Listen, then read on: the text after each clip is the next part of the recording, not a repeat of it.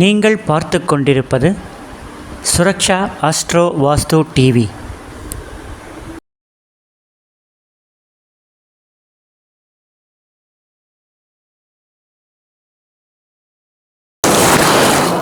ओम कांजीवासाय विद्महे शांतरूपाय धीमहि तन्नो चंद्रशेखरेन्द्र प्रचोदयात्। पूज्याय राघवेन्द्राय सत्यधर्मरताय च भजतां कल्पवृक्षाय नमतां कामधेनुवे। சுரக்ஷா அஸ்ட்ரோ வாஸ்து டிவி நேயர்கள் அனைவருக்கும் என் இனிய அன்பு வணக்கம். எல்லோரும் எல்லா நலமும் வளமும் பெற்று வாழ எல்லாம் வல்ல இறைவனை அனுதினமும் பிரார்த்திப்பது உங்கள் ஜோதிடர் ரவி பரத்வாஜ். இந்த பதிவு குரு பயிற்சி 2025 உண்டான பதிவு. வருகின்ற 14/5/2025 புதன்கிழமை இரவு 10:36 குரு பகவான் ரிஷப ராசியில் இருந்து மிதுன ராசிக்கு இடம் பெறுகிறார். அந்த வகையில் இந்த காணொலியில் நாம் காண இருக்கும் ராசி ரிஷப ராசி. இதுவரை ஜென்மத்தில் இருந்து சிலவித கஷ்டங்களை கொடுத்து வந்த குரு பகவான் 2ஆம் இடத்தில் நகரப் போகிறார். 2ஆம் இடம் அப்படின்னு பார்க்கும்போது தனஸ்தானம் அப்படின்னு பேரு. தனஸ்தானத்தில் தனகாரகன் அமைவது நல்ல தன வரவை குறிக்கும். இப்படிப்பட்ட குரு பகவான் இந்த ஆண்டு உங்களுக்கு எவ்வாறு நன்மைகளை வழங்குவார் அப்படின்றத காண இருக்கிறோம். உங்கள் ராசிக்கு 8ஆம் வீட்டுக்கும் 11ஆம் வீட்டுக்கும் அதிபதியான குரு பகவான் உங்கள் ராசிக்கு 2ஆம் இடத்தில் இடம்பெயர்ந்து அங்கிருந்து 7ஆம் பார்வையும் விசேஷ பார்வையான 5ஆம் பார்வையும் 9ஆம் பார்வையுமாக உங்கள் ராசிக்கு 6ஆம் இடத்தையும் 8ஆம் இடத்தையும் 10ஆம் இடத்தையும் பார்க்கிறார்.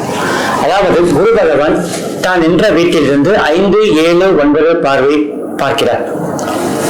5ஆம் பார்வையாக உங்கள் ராசிக்கு 6ஆம் வீட்டையும், அதாவது துலாம் ராசியையும், தன் 7ஆம் பார்வையாக உங்கள் ராசிக்கு 8ஆம் வீடாகிய தனுசு ராசியையும், தன் 9ஆம் பார்வையாக உங்கள் ராசிக்கு 10ஆம் வீடாகிய கும்பத்தையும் பார்க்கிறார். ஸ்தான பலத்திலும் அவர் நன்றாக இருக்கிறார்.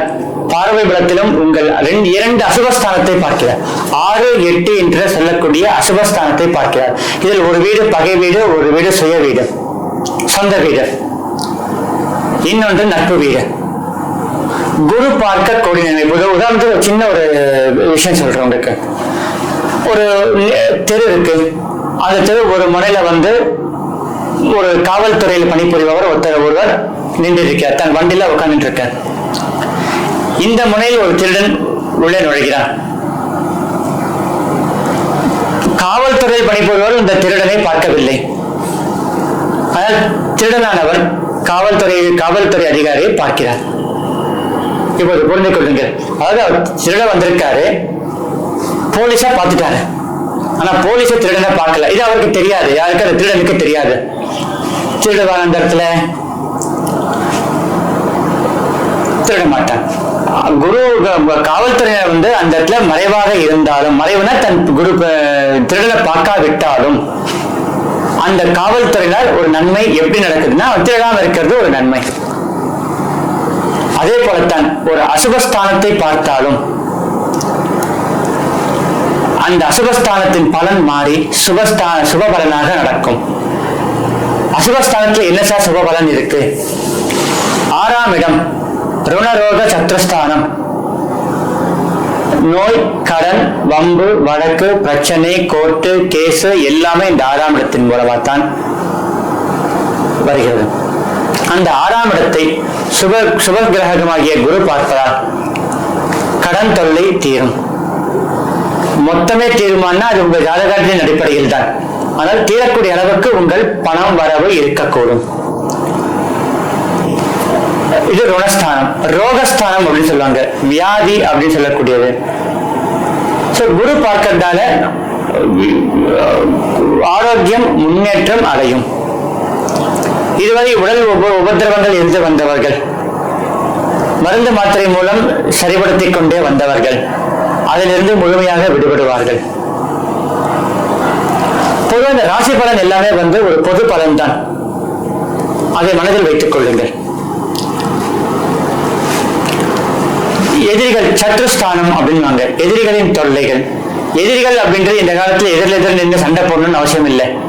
உனக்கு என்னப்பா, நீ இப்ப பெரிய பெரிய வீட்டு பையன், உன்னை கேட்கறதுக்கு யாருப்பா இருக்காங்க, இப்படி இருந்தா ஒண்ணுமே இல்லாம இருந்தான், இப்ப சொந்த வீடு கட்டிட்டான், கார் வாங்கிட்டான், இப்படி இந்த கண் திருஷ்டிகள் விடக்கூடிய அதுவும் ஒரு எதிரிகள் தான்.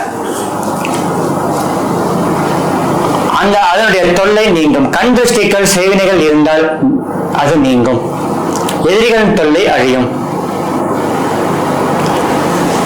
6ஆம் இடம் அப்படின்றது ஒரு வகையில கடன் அப்படின்னு எடுத்துட்டனால கூட, இன்னொரு வகையில எந்த ஒரு வீட்டுக்கும் அதனுடைய 3வது வீடு அப்படின்றது வலு சேர்க்கக்கூடிய வீடு.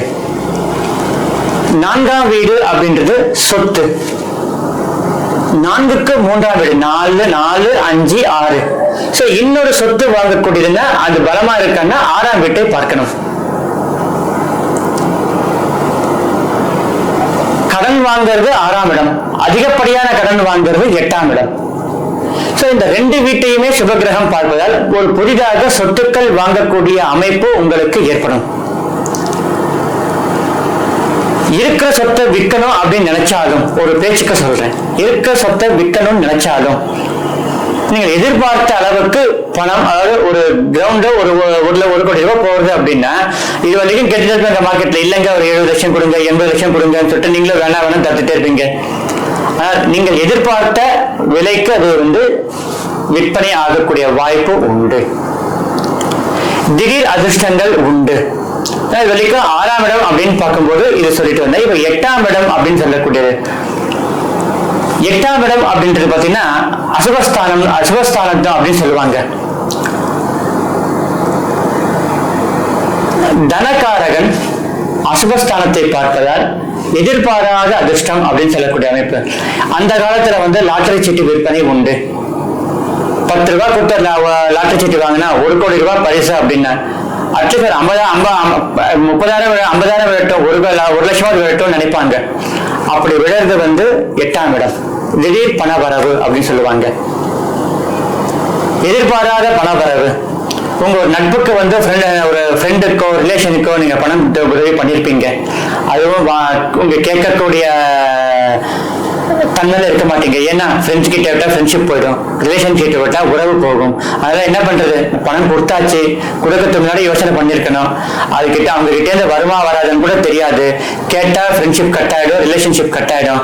எதுக்கு வம்பு, நம்ம பாட்டி கேட்காம இருக்கலாம் அப்படின்னு நினைச்சிருப்பீங்க. சோ அந்த மாதிரி வராத கடன் கூட சேரும் அப்படின்னு சொல்லுவாங்க. எதிர்பார்த்த பணம் எதிர்பாராத வகையில் உங்களுக்கு சேரக்கூடிய ஒரு பயிற்சியாகவும் இந்த குரு பயிற்சி உள்ளது.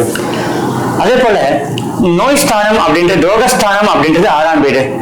அதிகப்படியான நோய், ஒருத்தருக்கு ட்ரீட்மெண்ட் எடுத்தா போதும்னு இருக்கும், இன்னொருத்தருக்கு ஆபரேஷன் பண்ணணும்னு இருக்கும். இந்த ஆபரேஷன் பண்ணக்கூடிய லெவல்ல இருக்கிறவங்களுக்கும் மருந்து மாத்திரையிலே சரிபடுத்திக் கொடுக்கக்கூடிய ஒரு அமைப்பு காணப்படுகின்றது. அதுல இந்த குருவோட தன்மையில சுபத்தன்மையே நடக்கும் அப்படின்னு சொல்லலாம். இன்னொரு வகையில உங்களுக்கு சொல்ற ஒரு விஷயம் சொல்ல மறந்துட்டேன். 6ஆம் இடம் அப்படின்றது பாத்தீங்கன்னா மறைவு ஸ்தானம்னு பேரு. இதுக்கும் 10ஆம் இடத்துக்கும் ஒரு ரிலேஷன்ஷிப் உண்டு, ஒரு தொடர்பு உண்டு. 10ஆம் இடம்ன்றது உத்தியோகஸ்தானம். உத்தியோகஸ்தானத்தையும் குரு பார்க்கிறாரு, 6ஆம் இடத்தையும் பார்க்கறதுனால ஒருவருக்கு ஒரு ரிஷபராசியில் பிறந்த நண்பர்களுக்கு இடம் விட்டு இடம் மாறுதல் ஏற்படக்கூடிய வாய்ப்பு உண்டு. ஒரு ஊரை விட்டு ஒரு ஊரு, இடம் விட்டு இடம், இந்த கம்பெனி விட்டு அந்த கம்பெனி, அந்த ஒரே கம்பெனில இருந்தா இந்த டிவிஷன்ல இருந்து அந்த டிவிஷன், இந்த டிபார்ட்மெண்ட்ல இருந்து அந்த டிபார்ட்மெண்ட், இப்படி இன்டர்னல் டிரான்ஸ்பர்ல இருந்து எக்ஸ்டர்னல் டிரான்ஸ்பர் வரைக்கும் உங்களுக்கு நீங்கள் விரும்பக்கூடிய வகையில் இருக்கக்கூடிய வாய்ப்பு நிச்சயம் ஏற்படக்கூடிய அமைப்பு காணப்படுகின்றது. உத்தியோகம் நல்ல முன்னேற்றம் காணக்கூடிய அமைப்பு உள்ளது. செய்கின்ற தொழில இதுவரைக்கும் நீங்க இன்வெஸ்ட்மெண்ட் பண்ணிருப்பீங்க, பெருசா லாபத்தை பார்த்திருக்க மாட்டீங்க. இனிமேல் அந்த லாபத்தை எதிர்பார்த்து அதற்குண்டான உழைப்பு செலுத்தி அந்த உழைப்பிலிருந்து ஒரு லாபத்தை காணக்கூடிய ஒரு பயிற்சியாக இந்த பயிற்சி காணப்படுகின்றது. உத்தியோக விஷயத்திலும் சரி, தொழில் விஷயத்திலும் சரி, எதிர்பாராத பண வரவிலும் சரி, நோய் ருணரோக சத்துருஸ்தானத்தையும் சரி, எல்லா விதத்திலும் உங்களுக்கு நன்மைகள் அளிக்கக்கூடிய ஒரு பயிற்சியாகத்தான் இந்த குரு பயிற்சி உங்களுக்கு காணப்படுகின்றது. எனவே மொத்தத்தில் ரிஷபராசி அன்பர்களுக்கு இந்த குரு பயிற்சியானது மிகுந்த நன்மையை அளிக்கக்கூடிய ஒரு பயிற்சியாகத்தான் காணப்படுகின்றது. உங்களிடமிருந்து விடைபெறுவது உங்கள் ஜோதிடர் ரவி பரத்வாஜ். அடுத்த பதிவில் சந்திப்போம். நன்றி, வணக்கம்.